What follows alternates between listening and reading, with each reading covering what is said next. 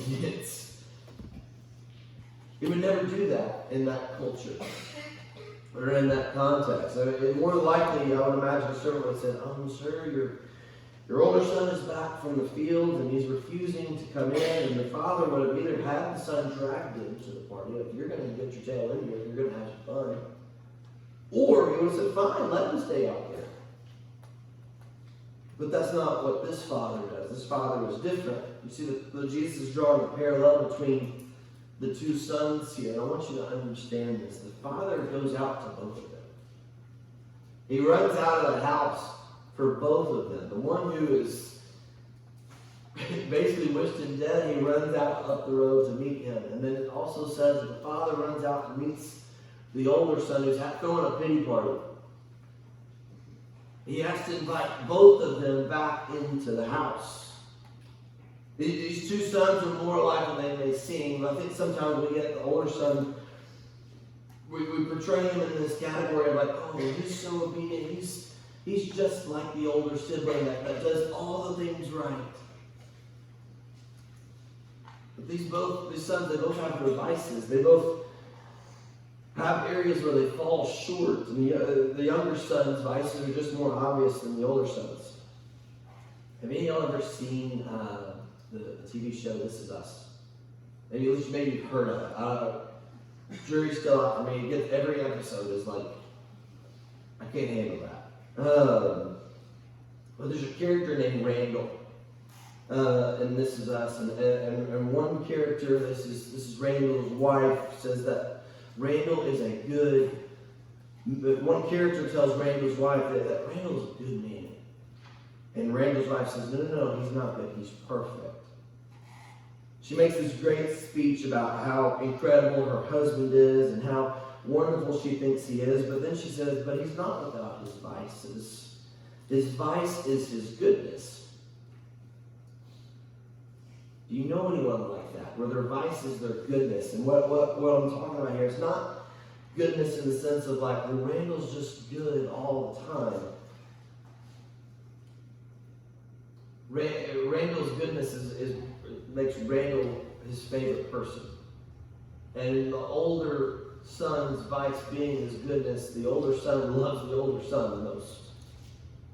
He doesn't love the father most. The older son is throwing a pity party because the older son loves himself most. That's exactly who the older son is in this parable. He stayed home. He followed the rules. But Jesus is clear in one thing, that the older brother did not stay for his father. He did it for himself. He did it for himself. And if the younger son's sin can be categorized as self-indulgence, choosing to say, I'm going to go take whatever I want and indulge and please myself with whatever the world has to offer, then the son's sin is self-righteousness or self-reliance. There's two categories that we can fall into, whether it's self-indulgence. We say, give me whatever I want. I'm going to do whatever I want. I don't care about the consequences. Or self-reliance, self-righteousness, where I'm this really good guy. I'm this really good girl. And I do a lot of things well. I do a lot of things right.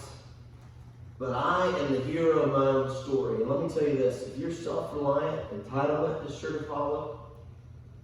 For whatever reason we think, you know what, well, I've been at this church for forever.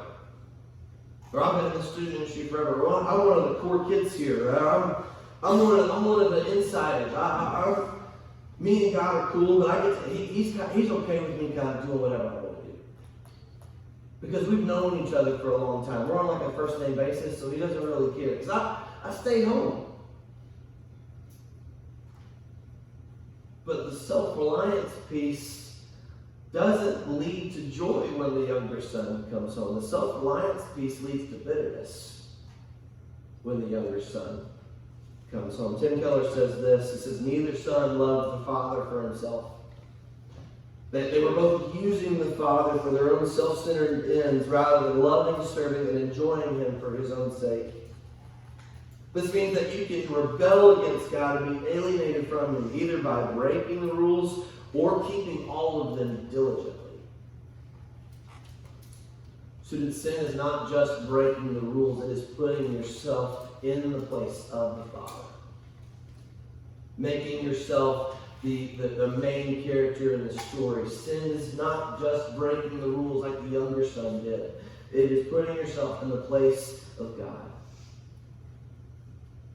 It's so important at times like these to remember, especially because we have some older brothers in the street ministry. Yes, we have some younger sons that take off and do the wrong thing. We're all guilty of that at times. But I think oftentimes we fall into this category, this gospel enemy of self-reliance, of self-righteousness, where we get to be the one in charge. Sit up for a second and flip over to Romans 3. I don't have a lot much longer. We're gonna run hard here. So I know you're tired and I know you're dragging, but this is where it gets really good. Romans 3. Starting in verse 20, going through verse 24 here.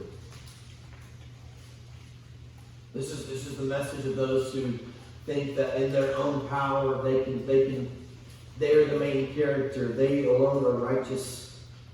It says, therefore, no one. Romans 3, starting in verse 20. There's a lot to underline here, a lot to highlight. No one will be declared righteous in God's sight by the works of the law. Rather, through the law, we become conscious of our sin. Now, what does that mean? No one is righteous. No one. And I think we all know that. You know, I mean, Miley Cyrus says nobody's perfect. Like we all know that to be true. That may not be Miley Cyrus. I just made that up. Help me. It's okay. But now, this is what it says in verse 21. It says, now, apart from the law, the righteousness of God has been made known. In other words, apart from these rules that we're trying to follow, righteousness of God has been made known, to which the law, capital L, what is the capital law of the Bible, and the prophets testify. This is where we know about the righteousness of God, so it's written about. Now, it says, this righteousness is given through faith in Jesus Christ to all who believe. There is no difference between Jew and Gentile. This is a Romans road verse that you all know in Romans 3:23. It says, for all have sinned and fall short of the glory of God. I think for whatever reason in verse 23, we assume that the older brother has sinned less than the younger brother. And in man's economy, that might be true. Right? We all do that. Like, well, the older brother's not in as much trouble as the younger brother was in. But what I want you to see is this, is maybe you're the type that you're like, you know what, I have really strict parents. I'm not out drinking and swearing. And I have really strict parents, and I'm not out there doing some of the stuff that people in my school are doing. Don't get it twisted. You are not righteous. I am not righteous. We are still desperately in need of God's grace and forgiveness. This is where it says in verse 24 that all of us can be made free. It says, and all are justified freely by His grace through the redemption that came by Christ Jesus. Underline the last part of how we are made justified. The term justification is, we talk about this in our book that we just read recently about being justified. And one way to understand that phrase, justification, is when you hear justified, we often think that it means I get a clean slate, right? You've heard that phrase before, like you've been washed white as snow. The easiest way to remember what justified means is this: it's justified, never sin. It's justified, never sin. That's when you get that new clean slate. It's not like, hey, all the other things that you did previously, you're going to still have to pay for post-salvation experience. No. When you accept Jesus Christ, your Lord and Savior, you have been justified through faith. It's just as if justified, never sin. It's a helpful way to remember that doctrinal term justification, because it genuinely does wipe the slate clean. So I think sometimes we treat sin like we hit the red X in our internet tab. But the cool part is that God clears out the browser history. Like, it all has been wiped clean. It's not just the fact that I've got to restart Safari or restart Google, whatever. Is that everything has been wiped out. Students, this is so important for you to understand. The gospel is for sinners and only sinners. Jerry Bridges writes in his book called The Bookends of Righteousness, so that we depend on the righteousness of Christ. He writes this, he says, our dependence shifts. The bookends of the Christian life is what he says. He says, our dependence shifts when the sight of our past sins and ongoing sinfulness grips our hearts in such a way that we become desperate for God's grace. We move past our sin, we move past the ongoing sinfulness that grips us, and we say, I want to be free of this, so much so that I am fully desperate for God's grace. But Bridges says this, but this requires us to be dependent. Dependent in such a way that when we see Christ's righteousness as all sufficient for us, depending on his righteousness is almost irresistible. There's a moment that comes where we say, I want to be free of this so much, and it's so hard to try to stop, that all I'm going to do right now is I have nowhere else to turn but to depend on Christ. John Piper says this, one of his most famous quotes is, God is most glorified in us when we are most satisfied in him. When you are satisfied in God, you are fully dependent upon him. You're not adding to it. Your Christian life is no longer, am I doing quiet time? Am I raising my hand at the right time during the worship song? It's not dumbed down to bullet points anymore. It's not a side item. It is the embodiment of who you are. That you are fully dependent, fully satisfied on Christ. And everything is an outflowing of that. Whether you're a soccer player, whether you play an instrument, whatever you're doing, it is an outflowing of, I don't find satisfaction in these other things. I get to do these other things because I am fully satisfied in Christ. That is when God is most glorified. Do we obey God because of what it gets us, or do we obey God to get to God himself? Do we obey God because, you know what? God's going to love me more. If I'm really good this week, we treat it like God is Santa Claus. Parents learned this tactic a long time ago. For children's behavior in the month of December, you could threaten maybe Santa might not come down the chimney if you keep having that attitude. It's a great tactic.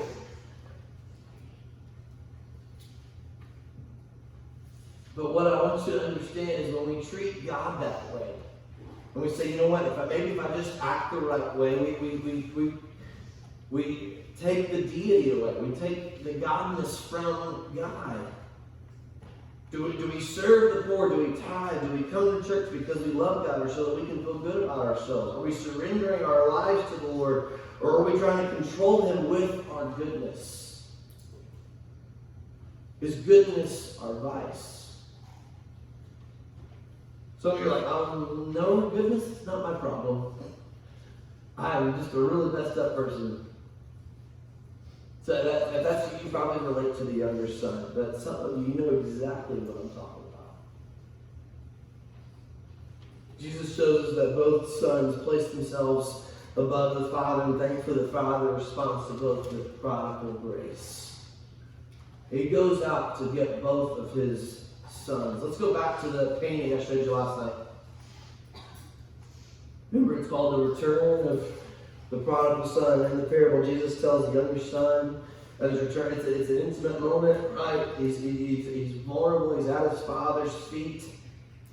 But Rembrandt, what he does here, he takes some creative license in trying to capture all that takes place in Luke 15 in one image. We see 7 other people surrounding the father and the younger son, and most of them are in the shadows. But then there is this figure on the far right. It's the guy in the elegant robes and the Duck Dynasty beard. And this figure looks oddly a lot like the Father. He's got the same facial features. He's got the same facial hair. He's looking down not only on his brother, but also on his father. Does this moment feel familiar to anyone? This is the older brother. I want you, last night I told you to pay attention to the first two verses of Luke 15, verses 1 and 2. Remember who Jesus is talking to here. He's talking to the Pharisees. Let's read it again. It says, now the tax collectors and sinners were all gathering around to hear Jesus, but the Pharisees and teachers of the law muttered, this man, this Jesus, welcomes sinners and he eats with them. Can you see how the Pharisees are looking down on the Father? Do you recognize it now? These verses, the sinners and the Pharisees are the younger sons and the older ones. This painting depicts both. Because in Act 1 of this parable, Jesus is speaking to those gathered around him about their sin of self-indulgence. And in Act 2, Jesus is speaking directly to the Pharisees, listening in the corner about their sin of self-righteousness, thinking that they're somehow better. They're the older brothers, and this is the moment most shocking of the entire parable. This is the moment that's directed specifically at them. Notice at the end of the story, it doesn't necessarily end in resolution. He doesn't tell us what the older son decides to do. It's kind of left hanging there. And it's easy to wonder kind of why he did that. And I imagine Jesus finishing the parable. He leaves the story hanging in resolution. He turns over to the Pharisees. He doesn't say a word, but the look on his face says this. He says, are you going to join the party or not? There are sinners and tax collectors and messed up people eating with us. Are you gonna pull up a chair or not? Or are you gonna stand outside and somehow think you're better than everybody else and not partake in what fun is happening here? Are you gonna sit on the back row and not partake at the risk of looking cool? Are you going to sit on the back row and say, you know what, I don't really have to fully commit here? See, these were Pharisees, these religious elite. They thought that they were better than the sinners because they followed all the rules. I thought they weren't just good, they thought that they were perfect. And Jesus is saying to them, hey, your vice is your goodness. You need to get out of your own way. You need my limitless, unconditional grace and love just as much as these self-indulgent sinners do. Jesus is challenging the self-righteousness of the Pharisees. And if we're honest with ourselves today, we have to admit to see that this message speaks just as strong to people in the church today. Because the danger is this, students, is that either when we are self-indulgent or we are self-righteous, either way, we are dependent upon self. We are dependent upon self. We can relate to the younger son because we've all abandoned the father in search for fulfillment from other things. But I think that we also can all relate to the self-righteousness of the older son. We can relate to these Pharisees. Everybody loves the younger son story. Because the younger son has no legs to stand on. And I want to argue with you, I want to pose to you this morning that the older brother has no legs to stand on either. Does that make sense? Because I think a lot of the times we assume, well, this younger son, he's covered in pig slop, and the older son, he's been chilling at home, and he just hasn't done really anything that's been super negative. He's just a sinner like his brother. And if we're honest, we got to be willing to admit that. We got to be willing to say that I think that I'm better than those people.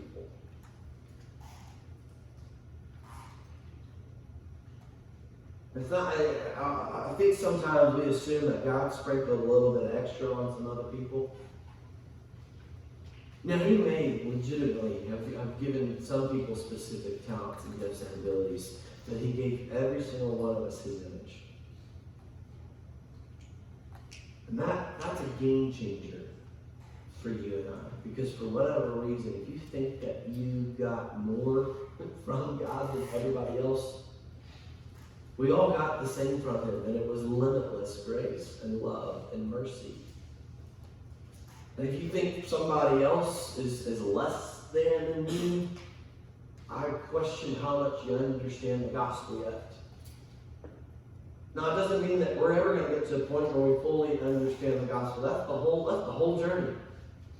It's continuing to add on to what we know, but we continue to say, you know what, I'm gonna get better at joining the party. I can't believe who all is on the guest list. Oh, younger brother is here. What the heck is he doing here? He's not one of the church kids. He smokes weed. Like, what's he doing at church? Whoa, that girl's here? Do you know how many people she snaps? She's on the guest list? They let her in? What? Because for whatever reason, we put a limit on God's grace, and we somehow play judge. That is not our role. We have to be willing to admit that. There's a really good church story. I'll close with this. We are going to have time for one more song, by the way. There's an old story. It's at a church, and it's a deacon and a homeless man. It's on a Sunday morning. And it's right across the street, and there's this homeless guy. His name is Bill. And he's right across the street. He has this wild, long hair. Smells real right. He's got the same worn-out t-shirt. He's got his Walmart cart. He's got jeans, no shoes. And across the street's this church, and there are these well-dressed, rich, older people that are there, and they talk a lot about saying, you know what, we really need to help those who are in need. They don't exactly know how to do it.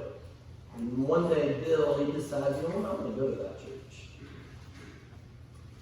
And he rolls in as usually. He's wearing only his jeans, his old worn-out t-shirt. He's got his dirty long hair. And church service had already kind of started, and it was full. And so Bill's kind of figuring out where to sit, and he walks right down the center aisle. He's just like, yes, that looks like an open spot right there. Nobody's really sitting there. Everybody's kind of watching this.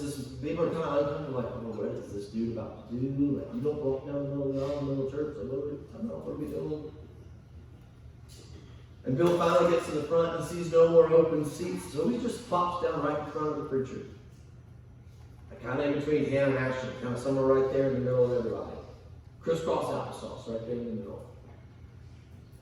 No one's ever done that before in church. And by now, everyone's kind of upset and distracted. I'm like, hey, no, we're having our church service. What are you doing? You can't sit there. Sit in a pew or get a shot. You know, like, come on, man. And then there's this old, respected deacon that stands up in the back of the room and starts moving towards the front. Everybody's like, oh, good. Finally, somebody's going to go and talk to him. He can kind of help correct this young man's disrespect. And he's got a suit and tie on. Maybe he'll kind of escort him off to the side. And even the preacher stops his sermon as the old man in the suit and tie gets to the front. And they're all completely surprised to see the old deacon drop his walking stick and very slowly sit down, crisscross applesauce right next to Bill. They didn't want this man to sit alone and feel unaccepted. And the people in church, they were all moved to tears at that moment. Finally, the preacher says this. He said, what I'm preaching today, you will probably never remember. But what you have just seen, you will never forget. Friend, it does not matter how you look, how much money, or what kind of education you have. It does not matter if you have the funniest one-liner. It does not matter what you bring to the table. It does not matter how much you've messed up in the past. It does not matter how good you think you are. Jesus forgives and he loves you just the way that you are. Let me ask you, please ask him to forgive you. Allow him to take charge of your life. He's going to fill your life with what is real, and he's going to provide peace and power as you need to start changing and living his way. The last challenge is this: we invite the band back up. Is will you join the party? Will you come on into the house? Will you set aside your self-righteousness and desire for control? Will you join the celebration? Will you help decorate? Because we got people that are out there that need to be in. And when they decide to come in, let's be okay with sitting crisscross applesauce at the front of the church. Are you aware of where God might be throwing parties around you? Are you helping decorate in the process? Are you running out to show other people this prodigal grace and love that God offers us? Or are you standing in the corner, arms crossed, judging them like the Pharisees? Why are you letting them in? Why are they on the guest list? See, Jesus leaves the story unresolved. We don't know what the older brother is going to do. What are you going to do? When you're a younger son or an older son, perhaps a little bit of both, the Father is coming out to you. Are you going to run to him? Because his love and his grace, they are limitless. As soon as in just a minute, as we drive back to Jackson, Tennessee, my prayer is this: that you will join the party. That you will take part in the celebration, that you will be okay with who's on the guest list. That you'll be the type of person like, hey,